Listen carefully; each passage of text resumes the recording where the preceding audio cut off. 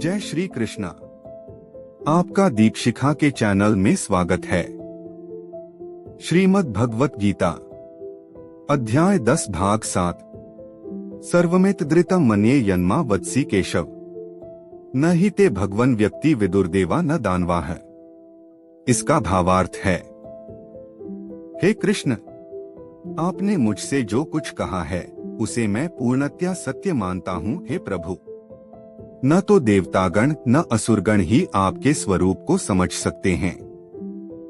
इसका तात्पर्य है, यहाँ पर अर्जुन इसकी पुष्टि करता है कि श्रद्धाहीन तथा आसुरी प्रकृति वाले लोग कृष्ण को नहीं समझ सकते।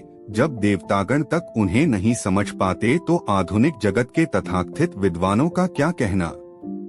भगवत कृपा से अर्जुन समझ गया कि परम सत्य कृष्ण हैं और वे संपूर्ण हैं। अतः हमें अर्जुन के पथ का अनुसरण करना चाहिए।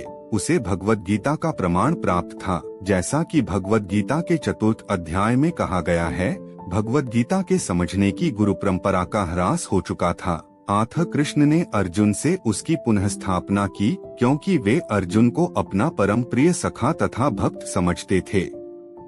अतः जैसा कि गीतोपनिषद की भूमिका में हमने कहा है, भगवत गीता का ज्ञान परंपरा विधि से प्राप्त करना चाहिए। परंपरा विधि के लुप्त होने पर उसके सूत्रपात के लिए अर्जुन को चुना गया।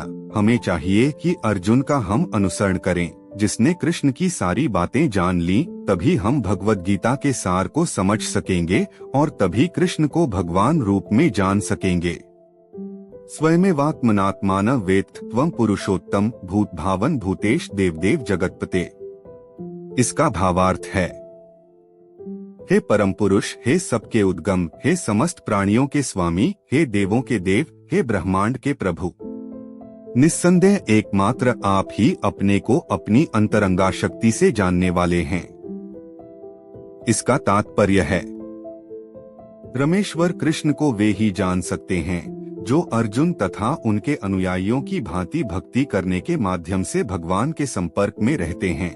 आसुरिया नास्तिक प्रकृति वाले लोग कृष्ण को नहीं जान सकते। ऐसा मनोधर्म जो भगवान से दूर ले जाए परम पातक है, और जो कृष्ण को नहीं जानता उसे भगवत गीता की टीका करने का प्रयत्न नहीं करना चाहिए। भगवत गीता कृष्ण की वाणी है और चूंकि यह कृष्ण का तत्व विज्ञान है, अतः इसे कृष्ण से ही समझना चाहिए। जैसा कि अर्जुन ने किया, इसे नास्तिकों से ग्रहण नहीं करना चाहिए।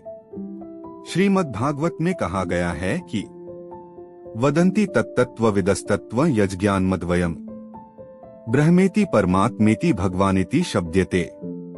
परम सत्य का अनुभव 3 प्रकार से किया जाता है, निराकार ब्रह्मा, अंतर्यामी परमात्मा या भगवान। अतः परम सत्य के ज्ञान की अंतिम अवस्था भगवान है। हो सकता है कि सामान्य व्यक्ति अथवा ऐसा मुक्त पुरुष भी जिसने निराकार ब्रह्मा अथवा अंतर्यामी परमात्मा का साक्षात्कार किया है, भगवान को न समझ पाए। अतः ऐसे व्यक्तियों को चाहिए कि वे भगवान को भगवत गीता के श्लोकों से जानने का प्रयास करें, जिन्हें स्वयं कृष्ण ने कहा है। कभी कभी निर्विशेषवादी कृष्ण को भगवान के रूप या उनकी प्रामाणिकता को स्वीकार करते हैं, किंतु अनेक मुक्त पुरुष कृष्ण को पुरुषोत्तम रूप में नहीं समझ पाते। इसीलिए अर्जुन उन्हें पुरुषोत्तम कहकर संबोधित करता है। इतने पर भी कुछ लोग यह नहीं समझ पाते कि कृष्ण समस्त जीवों के जनक हैं। इसीलिए अर्जुन उन्हें भूत भावन कहकर संबोधित करता है। यदि कोई उन्हें भूत भावन के रूप में समझ लेता है तो भी वह उन्हें परम नियंता के रूप में नहीं जान पाता। इसीलिए उन्हें यहाँ पर भूतेश या परम नियंता कहा गया है। यदि कोई भूतेश रूप में भी उन्हें समझ लेता है तो भी उन्हें समस्त देवताओं के उद्गम रूप में नहीं समझ पाता। इसलिए उन्हें देवदेव, सभी देवताओं का पूजनीय देव कहा गया है। यदि देवदेव रूप में भी उन्हें समझ लिया जाए तो वे प्रत्येक वस्तु के परम स्वामी के रूप में समझ में नहीं आते। इसीलिए यहाँ पर उन्हें जगतपति कहा गया है। इस प्रकार अर्जुन की अनुभूति के आधार पर कृष्ण विषयक सत्य की स्थापना इस श्लोक में हुई है। हमें चाहिए कि कृष्ण को यथारूप में समझने के लिए हम अर्जुन के पदचिन्हों का अनुसरण करें। वक्तुमर्हस्य शेषेण दिव्या ह्यात्म विभूतयः याभिर्विभूतिभिर्लोकानिमास्त्वं व्याप्य तिष्ठसि। इसका भावार्थ है, कृपा करके विस्तार पूर्वक मुझे अपने उन दैवी ऐश्वर्यों को बताएं, जिनके द्वारा आप इन समस्त लोकों में व्याप्त हैं। इसका तात्पर्य है, इस श्लोक से लगता है कि अर्जुन भगवान संबंधी अपने ज्ञान से पहले से संतुष्ट है। कृष्ण कृपा से अर्जुन को व्यक्तिगत अनुभव, बुद्धि तथा ज्ञान और मनुष्य को इन साधनों से जो कुछ भी प्राप्त हो सकता है वह सब प्राप्त है, तथा उसने कृष्ण को भगवान के रूप में समझ रखा है। उसे किसी प्रकार का संशय नहीं है, तो भी वह कृष्ण से अपनी सर्वव्यापकता की व्याख्या करने के लिए अनुरोध करता है। सामान्य जन तथा विशेष रूप से निर्विशेषवादी भगवान की सर्वव्यापकता के विषय में अधिक विचारशील रहते हैं। अतः अर्जुन श्री कृष्ण से पूछता है कि वे अपनी विभिन्न शक्तियों के द्वारा किस प्रकार सर्वव्यापी रूप में विद्यमान रहते हैं।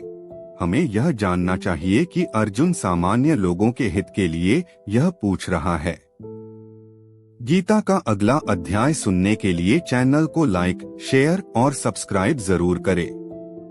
धन्यवाद।